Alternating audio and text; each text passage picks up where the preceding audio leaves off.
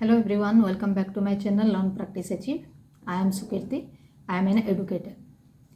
अभी हम पता करते हैं कि इस साल का जो साइंस का सिलेबस है वो क्या उसमें रिवाइज्ड हुआ है. बिफोर गोइंग टू दैट, सारे बच्चों को वेलकम जो क्लास 9 से अभी क्लास 10th में आ चुके हैं और क्लास 10th में आपको पता है कि बोर्ड का एग्ज़ाम देना है. अभी इस साल का न्यू रिवाइज्ड सिलेबस के बारे में डिस्कस करूँगी, ठीक है. और ऐसे भी जो CBSE बोर्ड का बुक्स होता है वो थोड़ा सा लेट ही आता है मार्केट में, लेकिन हमें क्योंकि कोर्स शुरू करना है और ऑलरेडी कुछ स्कूल में तो क्लासेस शुरू हो चुके हैं, तो कुछ ना कुछ तो पढ़ाना तो पड़ेगा ही, ठीक है. तो अगर हमें पता नहीं होगा कि हमारा सिलेबस क्या है तो हम स्टडी स्टार्ट कैसे करेंगे. तो इसीलिए आज मैं यहाँ पे आपको साइंस के बारे में, साइंस के जो टॉपिक्स हैं उसके बारे में बताऊँगी. उस टॉपिक में कौन कौन सी टॉपिक हमें करना है और कौन सा टॉपिक नहीं करना है, मतलब टोटली डिलीटेड है, और कौन सा टॉपिक करते हुए भी उसका पार्शियली वो टॉपिक्स डिलीटेड हैं, उसके बारे में डिस्कस करेंगे. ताकि अगर आपके पास अगर ओल्ड बुक भी है तो उसमें से वो सब पार्ट को आप डिलीट कर सकते हो इजीली. या अगर न्यू बुक के लिए वेट भी कर रहे हो तो अभी जितना आपके पास सिलेबस है, जो स्टडी मटेरियल है, उसे आप कम से कम जो अननेसेसरी चीज़ है उसको आपको पढ़ने की ज़रूरत नहीं पड़ेगा. तो आप परफेक्टली अपना टाइम को भी यूटिलाइज़ कर सकते हो. और जो सिलेबस अभी करेंटली आएगा उसमें हो सकता है कुछ फ्यू एडिशंस हो और कुछ डिलीट होने का तो चांसेस नहीं है. कुछ अगर एडिशन है तो जब न्यू बुक आएगा तो न्यू बुक से हमें पता चल जाएगा. तब तक हम ये जो रिवाइज्ड सिलेबस है उसके बारे में डिस्कस कर लेते हैं, ठीक है. Let's start. अभी हम फाइंड आउट करते हैं साइंस में क्या क्या पार्ट्स हैं और कैसे करके हम उसको डिवाइड करेंगे. तो मेनली जो आपका साइंस का बुक है उसमें 3 मेजर पार्ट्स ऑफ साइंस है, मेजर डिविजन्स हैं, chemistry, biology and physics. Generally हम फिजिक्स, केमिस्ट्री, बायोलॉजी बोलते हैं, लेकिन मैंने यहाँ पे अरेंज करा है केमिस्ट्री, बायोलॉजी और फिजिक्स में, क्योंकि जब आपका बुक है, बुक में फर्स्ट कुछ पोर्शन केमिस्ट्री का है, उसके बाद बायो का है, उसके बाद फिजिक्स का है. इसीलिए मैंने डिवाइड इस हिसाब से किया हुआ है. अभी जो टोटल नंबर ऑफ चैप्टर्स हैं वो चैप्टर्स हम फाइंड आउट कर लेते हैं कि केमिस्ट्री में कितने चैप्टर हैं, बायो में कितने हैं और फिजिक्स में कितने हैं. तो केमिस्ट्री में टोटल है 5 चैप्टर्स, ठीक है, और बायो में है 6 चैप्टर्स और फिजिक्स में है 5 चैप्टर्स. तो ये टोटल 16 चैप्टर साइंस की बुक में है. अभी इसमें से हमें फाइंड आउट करना है कौन सा चैप्टर टोटली डिलीटेड है और कौन सा पार्शियली डिलीटेड है, मतलब हमारा टोटल रिवाइज्ड सिलेबस क्या है साइंस का, ठीक है. तो जो चैप्टर कवर्ड करना है हमें केमिस्ट्री में, वो चैप्टर्स क्या क्या है फर्स्ट फाइंड आउट करते हैं. तो उसको मैंने टेबल के फॉर्म में दिया हुआ है ताकि आपके लिए वो ईजी हो जाए. तो चैप्टर 1 से लेके 5 तक वो केमिस्ट्री का चैप्टर है जो कि हमें इस साल कंप्लीट करना है, ठीक है. नेम ऑफ द चैप्टर्स क्या क्या है फाइंड आउट करते हैं. First chapter chemical reactions and equations. Then second chapter acids, bases and salt. Third chapter है metals and non metals.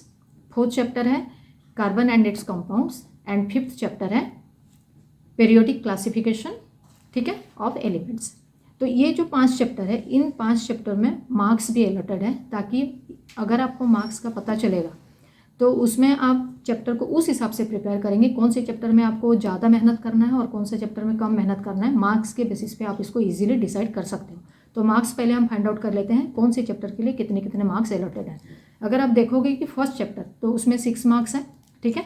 Second chapter में ओनली 3 मार्क्स है एसिड, बेसिस एंड सॉल्ट में. लेकिन आप मेटल्स और नॉन मेटल्स देखोगे तो इसमें 10 मार्क्स है. तो इसमें आपको सबसे ज़्यादा मेहनत करना है.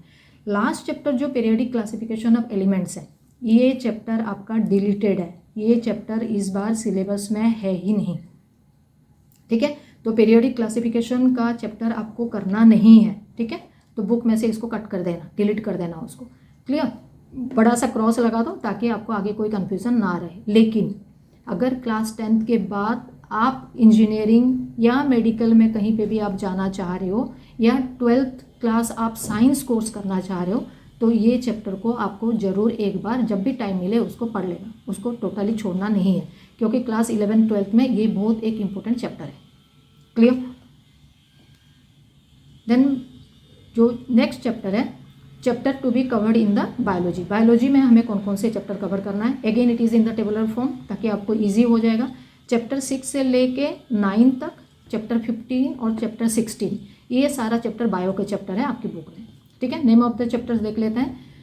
Life processes chapter 6, control and coordination chapter 7, how do organisms reproduce chapter 8, heredity and evolution chapter 9, chapter 15 है आवर एनवायरनमेंट एंड चैप्टर 16 है sustainable management of natural resources, ठीक है. अभी हम फाइंड आउट करते हैं मार्क्स क्या क्या अलॉट किया गया है इसमें।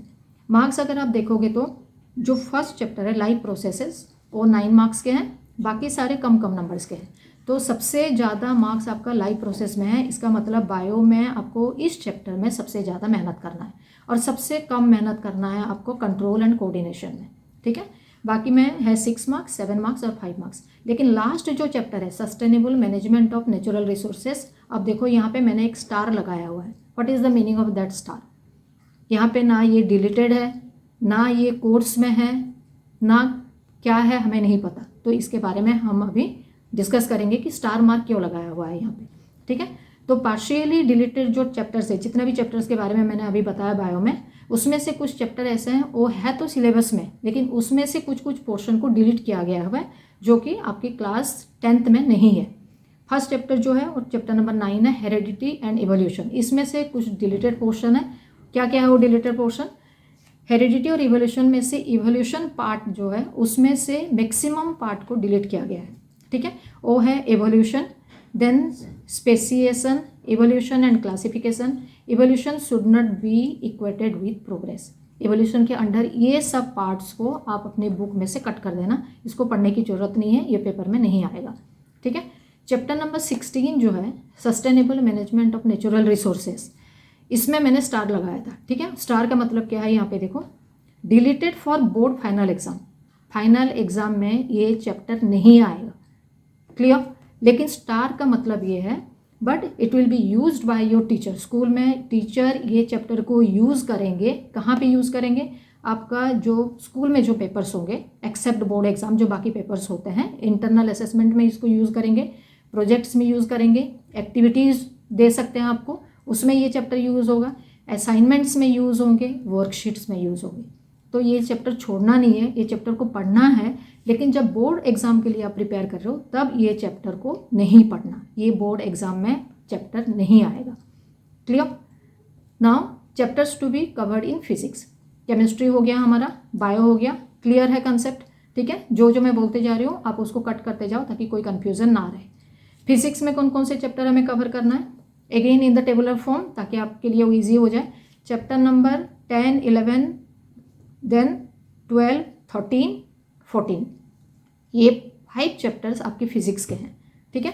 अभी चैप्टर के नेम्स देख लेते हैं क्या क्या चैप्टर है ताकि आपको कोई कन्फ्यूजन ना रहे। Light, reflection and refraction, human eye and the colourful world, then electricity, then magnetic effect of electric current, and last chapter जो 14 चैप्टर है वो है sources of energy. Again marks क्या क्या अलॉटेड है ताकि उस हिसाब से आप अपना एग्जाम के लिए प्रिपेयर करोगे। सबसे फर्स्ट वाला चैप्टर जो है chapter number 10 light, reflection and refraction, वो सबसे ज़्यादा नंबर का है। इसका मतलब इस चैप्टर के ऊपर आपको सबसे ज़्यादा ध्यान देना है और उसको सबसे ज़्यादा प्रैक्टिस करना है। उसके बाद जो नेक्स्ट है वो है इलेक्ट्रिसिटी, वो 7 मार्क्स का है। बाकी मैग्नेटिक इफेक्ट 6 मार्क्स का, और ये ह्यूमन आई वाला सबसे कम नंबर इसमें है, ठीक है। तो उस हिसाब से आप अपना प्लान कर लो कि कौन सी चैप्टर में आपको कितना टाइम स्पेंड करना है और कितना प्रैक्टिस करना है, ठीक है। जो लास्ट चैप्टर है सोर्सेस ऑफ एनर्जी वो कम्प्लीटली डिलीटेड है, मतलब ये चैप्टर को अपने बुक में से हटा दो, उसमें टोटली क्रॉस लगा दो, उसको पढ़ने की ज़रूरत नहीं है, वो बोर्ड एग्जाम में ये चैप्टर नहीं आएगा, ठीक है।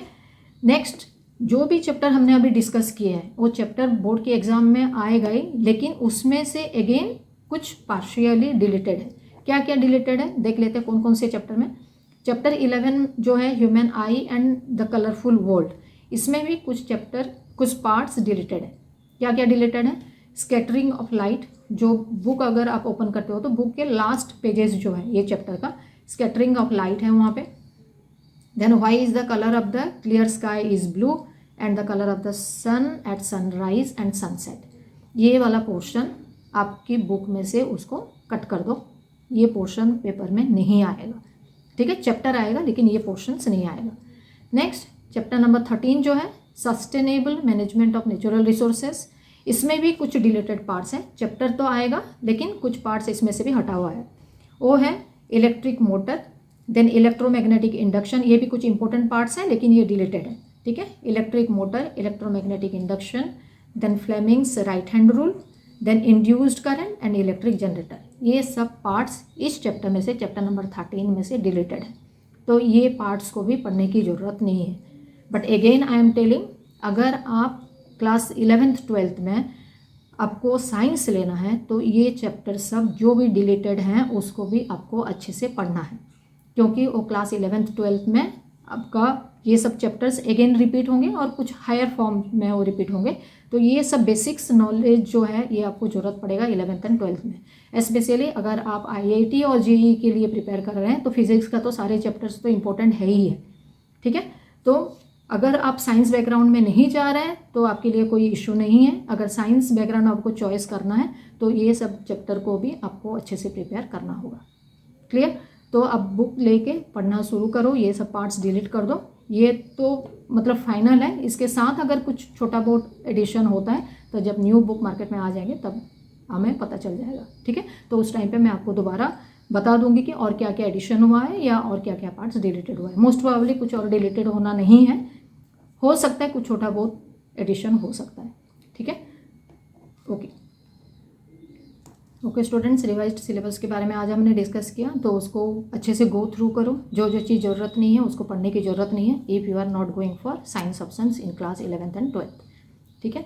तो क्योंकि बोर्ड एग्ज़ाम के लिए हमें कोर्स कंप्लीट करना होता है by the end of November, क्योंकि उसके बाद प्री बोर्ड वगैरह शुरू हो जाएगा। तो अपना प्लानिंग करना शुरू करो अकॉर्डिंग टू द सिलेबस, जिसमें जैसे मैंने मार्क्स वगैरह बताए हुए हैं, जिसमें सबसे ज़्यादा मार्क्स है उसको ज़्यादा आपको प्रैक्टिस करना है, उसको ज़्यादा रिवाइज करना है। तो उस हिसाब से आप प्लानिंग करो ताकि सारा चीज़ आपका टाइमली ख़त्म हो जाए।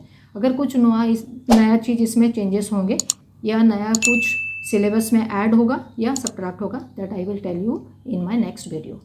Thank you for watching.